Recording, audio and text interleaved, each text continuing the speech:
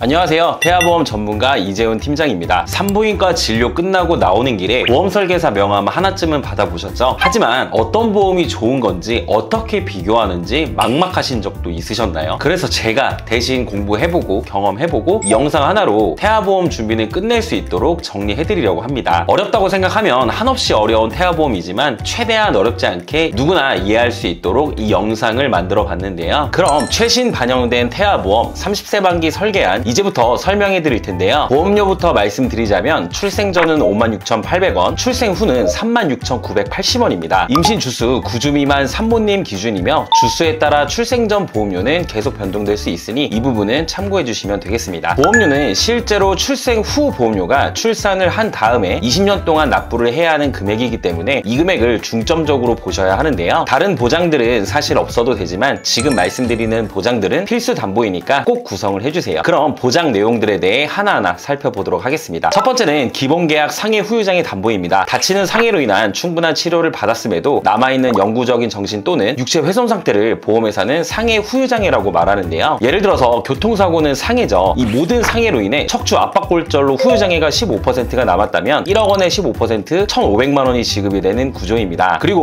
우리 신체 대부분이 해당이 되기 때문에 보장하는 범위도 넓고 부위별로 각각 보장하면서 반복 지급도 가능한데요. 이렇게 1억 원만 구성하셔도 충분하고 말 그대로 기본 계약이기 때문에 반드시 구성하셔야 하는 담보 중 하나입니다. 다음은 골절진단비 담보와 골절진단비 치아파절 제외 담보입니다. 팔, 다리, 손가락, 발가락은 물론 넘어져서 골절이 되거나 사탕을 먹다가 이가 부러지는 경우에도 보장을 해주고 있는데요. 아이가 놀이터에서 놀다가 다쳐서 팔에 실금이 간 경우나 사탕을 먹거나 넘어져서 이가 부러진 경우, 출생 과정에서 발생할 수 있는 쇄골 골절이 되는 경우 등 그 밖에 많은 상황에서 골절진단비는 생각보다 다방면에서 청구가 이루어질 수 있어서 50만 원 최대 구성을 해주시는 게 좋습니다. 다음은 상해 입원 일당입니다. 다쳐서 입원하는 경우 하루에 5만 원씩 지급을 해주는 담보인데요. 어린이 상해 사고 관련해서는 뉴스에서나 미디어에서 자주 접할 수 있는데 대표적으로 교통사고도 그렇지만 어디서 떨어지거나 골절이나 화상사고 시 입원하는 경우에도 전부 포함해서 보장하고 있기 때문에 5만 원 최대로 구성을 했습니다. 다음은 상해 1호종 수술비 담보입니다. 작은 수술부터 큰 수술까지 차등 지급해주는 수술비예요. 교통사고 등으로 크게 다쳐서 머리나 가슴, 배 등을 개복해야 하는 큰 수술을 할 땐 비용이 상대적으로 많이 나올 수 있어서 여기서 상해 1호종 수술비를 구성해서 큰 수술했을 땐 1,000만 원이 보장될 수 있게끔 상해 1호종 수술비를 구성했습니다. 이 담보만 있으면 골절 수술비나 화상 수술비 같은 담보들은 중복되기 때문에 굳이 안 하셔도 괜찮습니다. 다음은 질병 후유장애 담보입니다. 상해와 반대로 아팠을 때 치료를 받았음에도 영구적인 정신 혹은 육체의 후유증이 남았을 때 보장해주는 담보인데요. 상해 후유장애와 마찬가지로 머리부터 발끝까지 보장 범위가 넓다는 게 큰 특징입니다. 후천적인 장애도 보장되지만 선천적인 뇌성마비나 다운증후군, 사지결손 등의 장애까지 보장을 해주는데요. 그 밖에도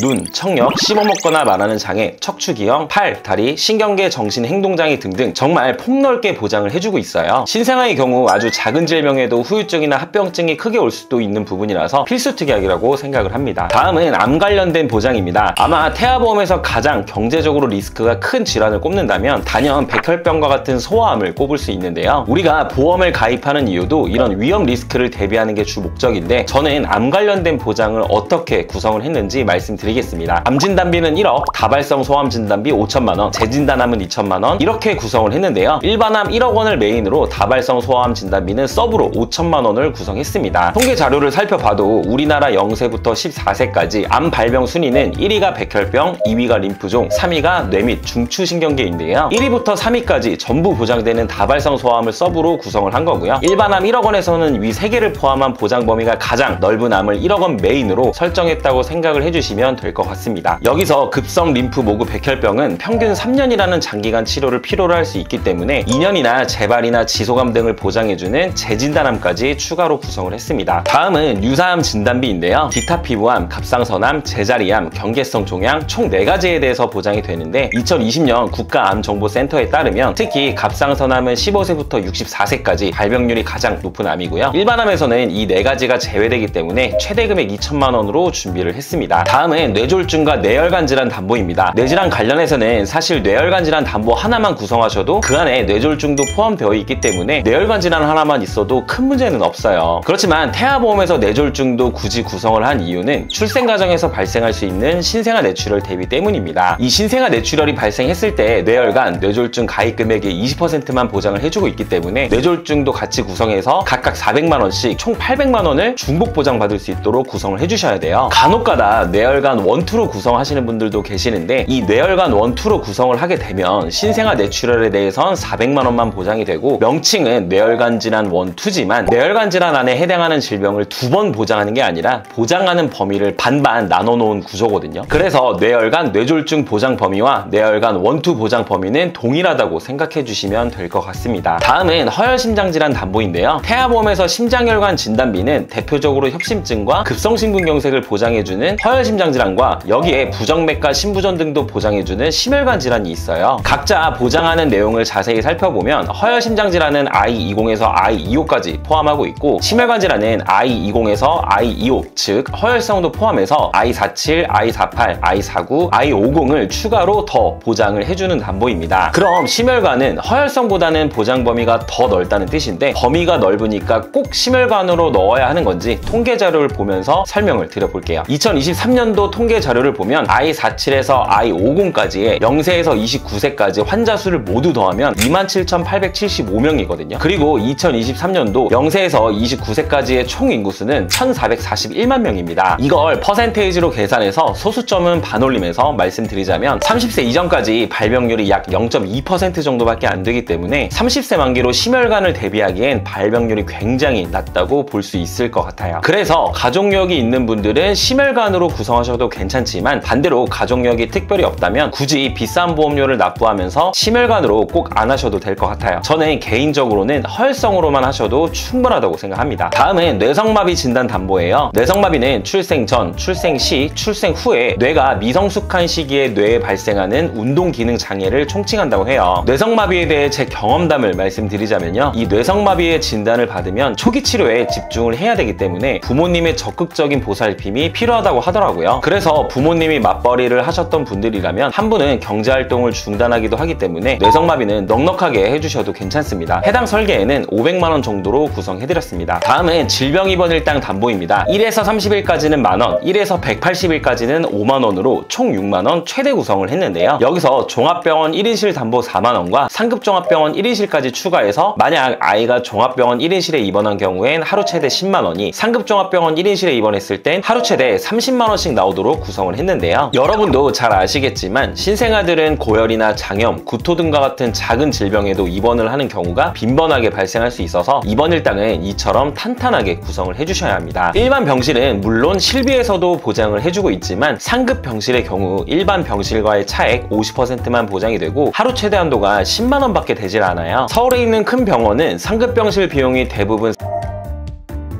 실비 최대 한도 10만원을 보장받더라도 자기 부담금을 하루당 최소 30만원 정도 부담을 해야 합니다. 대부분의 소아병동은 상급병실로 많이 이용을 하므로 이 자기 부담금에 대해서 입원일당으로 어느 정도 보완을 해준다고 생각을 해주시면 될 것 같아요. 또 하나, 간혹 질병 중환자실 입원일당 담보가 없으면 저체중아 입원일당이 보장 안 되는 것으로 생각하시는 분들이 계시는데요. 저체중아나 조산으로 인큐베이터로 입원을 하게 되면 질병 입원일당 담보에서 하루에 6만원씩, 저체중아 입원일당 담보에서도 3일 이상부터 추가적으로 5만원씩 보장이 됩니다. 여기서 중환자실 입원일당을 더 추가하는 개념이에요. 또한 우리나라 본인부담률 경감 제도로 인해 저체중아로 입원 시 본인부담률 5%만 부담하면 되고 이마저도 실비에서 보장하기 때문에 생각보다 병원 비용이 안 나올 수 있으니까 이 부분은 참고해서 중환자실 입원일당 구성 유무를 판단해 보시면 좋을 것 같아요. 저는 개인적으로 중환자실을 추천하진 않습니다. 본 광고는 심의 기준을 준수하였으며 유효기간은 심의일로부터 1년입니다. 다음은 질병수술비 선천 포함 혀유착 제외 40만원, 질병수술비 선천 포함 혀유착 제외 경증 제외 담보 10만원 구성했습니다. 아이가 뱃속에서부터 가지고 태어난 선천적인 질병이 중요하다고 말씀드리는데 이런 선천적인 질병으로 수술했을 때 최대한 보장받을 수 있도록 구성을 해드렸고 다발성 수술들도 최대한 넉넉하게 보장을 받을 수 있도록 구성을 해드렸는데요. 선천 이상 수술 관련해서는 예를 들어 심실 심방 중격 결손이나 다지증, 구순열, 9개월 수술과 같은 이런 선천 이상 수술 부분들에 대해선 50만원 그대로 보장을 해주도록 설계를 했습니다. 미용 목적이나 성형수술 등의 몇 가지 안 되는 내용들이 약관에 기재되어 있고, 이러한 면책사항 몇 가지 제외하고 선천 이상을 포함하는 수술들을 최대한으로 보장 금액을 설정을 해드렸다고 보시면 될 것 같고요. 참고로 개인적으로 입원 일당 다음으로 이 수술비 담보 청구율이 가장 높은 것 같습니다. 다음은 질병 1/6종 수술비 담보인데요. 상해 1호종 수술비와 마찬가지로 가입 금액이 높아질수록 복잡하고 중대한 수술이라고 보시면 되는데, 예를 들어 1종은 탈장이나 편도, 중이염 수술 등이 있고, 2종은 맹장, 전립선, 디스크 수술, 3종은 협심증, 위궤양, 유방 절제술 등이 있고요. 4종은 기관지나 폐, 신장 등을 개복한 동반 수술, 5종은 뇌출혈, 심근경색, 암수술, 장기이식 수술 등이 해당이 됩니다. 1종은 20만원부터 5종은 1000만원까지 수술 정도에 따라 지급이 되는데요. 우리가 흔히 하는 수술은 대부분 1에서 3종에 분포되어 있다고 생각을 해주시면 될 것 같습니다. 질병 수술비 하나로는 큰 수술을 받았을 땐 50만원밖에 보장이 안 되기 때문에 질병 수술비와 종 수술비를 같이 구성해 주시는 게 좋고요. 6종은 다발성 선천 이상 수술비로 선천질환 전용 수술비입니다. 혀유착증 수술은 여기에 포함되어 있고요. 그 외에도 모반이나 부위계 등 질병 수술비와 함께 중복으로 구성을 해주시면 선천 이상 수술비 부분에서 좀 더 강화를 할 수 있다고 생각해 주시면 되겠습니다. 다음은 어린이 개용 심장 수술, 어린이 심장 시술 담보입니다. 어린이 개용 심장 수술은 심장병으로 인해 개용 심장 수술을 받은 경우, 어린이 심장 시술은 심장 시술을 받았을 때 해당 담보에서 지급을 해주는데요. 참고로 어린이 심장 시술 담보는 22주 6일 내에만 구성할 수 있습니다. 9세 이하 주요 수술 통계에서 4위가 심장 수술인 만큼 발병률이 높다는 통계도 있기 때문에 심장 관련된 담보들은 가능하면 최대로 구성을 해주시는 게 좋습니다. 다음은 특전 선천 이상 수술 담보 200만원 구성했는데요. 특전 선천 이상은 다발성보다는 조금 더 중대한 신경계통이나 눈, 귀, 얼굴, 목, 순환계통 등 특정 부위에 대해 폭넓게 보장을 해준다고 보시면 될 것 같아요. 태아특약 중 하나이기 때문에 22주 6일까지만 구성할 수 있고, 태아보험에서는 이런 선천 관련된 특약들은 꼭 구성을 해주셔야겠죠. 이 밖에도 양성 뇌종양 진단 담보나 심장 관련 소아 특정 질병 진단 담보, 중대한 재생불량성 빈혈 진단 담보, 중증 세균성 수막염 진단 담보 등등 청구율이 높진 않지만 막상 발생했을 땐 병원비가 많이 발생할 수 있고 가입 금액이 큰 가성비 담보들이라 구성을 했고, 자녀 10대 질병 수술비나 소아 탈장 수술 담보, 충수염 수술 담보 등은 발생했을 땐 여러 곳에서 중복 보장되게끔 설계를 했습니다. 다음은 가족 일상생활 중 배상 책임 담보입니다. 만약 예비 부모님분 중에 이 특약을 한 분도 안 가지고 있다면 꼭 구성하는 것을 추천드려요. 본인을 포함한 등본상 다른 가족이 남의 신체나 물건에 피해를 입혔을 때 피해 금액을 대인, 대물 사고 시에 일정 금액을 공제하고 보상을 해줍니다. 실제 제 고객님 한 분 중에서 내 아이가 다른 아이의 눈을 실수로 찌른 적이 있는데 해당 치료 비용이 많이 나왔을 때도 보상을 받았던 사례가 있었어요. 여기에 누수 관련된 보장도 추가할 수 있기 때문에 비용적으로 여유가 되신다면 해당 부분까지도 같이 구성해 주시면 되겠습니다. 마지막 태아특약 4가지 남았는데요. 지금 보시는 태아특약은 태아납 1년 만기입니다. 말 그대로 보험료를 태아기간 동안에만 납입을 하면 되기 때문에 필수로 구성을 해주시는 게 좋고요. 태아담보 첫 번째는 선천장애 출생 담보입니다. 심방심실 중격결손인 Q21 코드뿐만 아니라 다지증, 구개열, 구순열, 다운증후군 등 아이가 태어날 때 발생할 수 있는 수많은 선천질환에 대해서 보장을 해주고 있고요. 위표를 보시면 1종이 가장 경미하기 때문에 1종은 30만원, 2종은 100만원, 3종은 1000만원으로 구성을 했습니다. 참고로 2종은 200만원, 3종은 2000만원까지 가입 금액을 높일 수도 있어요. 수술이나 다른 치료가 없어도 진단 하나만으로 보장이 가능하기 때문에 정말 중요한 특약이라고 보시면 될 것 같아요. 개인적으로는 보험금 청구가 다수 있었던 담보이기도 합니다. 두 번째는 저체중아 입원 일당 담보입니다. 아이가 2.5kg 이하 미숙아로 태어나서 3일 이상 인큐베이터를 이용한 경우 3일에서 60일 한도로 하루당 5만원씩 지급을 해줍니다. 세 번째는 선천변형 두상 진단 담보입니다. 선천변형 두상 진단 담보에서 포함하는 Q67.2, Q67.3, Q75 질병 코드는 특정 선천 이상 수술에서 수술을 받았을 때 포함하지만 선천장애 출생 담보에서는 따로 포함하고 있지는 않아요. 그래서 해당 질병으로 수술을 했을 땐 특정 선천 이상 수술 담보에서 200만원 보장을 하지만 수술을 안 했을 땐 보장이 안 되기 때문에 여기에 선천변형 두상 진단 50만원을 추가해 장두증, 쏠림머리증, 두개골 유압 진단 시 추가적으로 보장을 받을 수 있게끔 설계를 했습니다. 마지막 신생아 질병 입원 일당 담보인데요. 임신 28주부터 출생 후 1주 사이에 질병으로 입원을 하게 되면 하루에 만원씩 지급을 해줍니다. 대표적으로 신생아 폐렴, 기관지염, 황달 등이 있는데 신생아 때 빈번하게 발생할 수 있는 질병들이기 때문에 구성을 해주시는 게 좋을 것 같고요. 이 태아 특약들은 태아납 1년 만기이기 때문에 보험료를 태아 기간 동안에만 납부를 하고 출생 후에 1년 동안 보장이 가능해요. 납입 기간도 짧은 편이라 꼭 구성을 해주시는 게 좋을 것 같습니다. 여기까지 36,980원 가성비 설계안을 소개해드려봤습니다. 해당 설계안이 필요하시거나 궁금한 점 있는 있는 분들은 위 전화로 연락 주시거나 카카오톡 채널로 문의 주시면 성심성의껏 답변해드리겠습니다. 새 생명을 품게 된 기적 같은 순간 진심으로 축하드립니다. 긴 영상 시청해주셔서 진심으로 감사합니다. 본 광고는 심의 기준을 준수하였으며 유효기간은 10일로부터 1년입니다.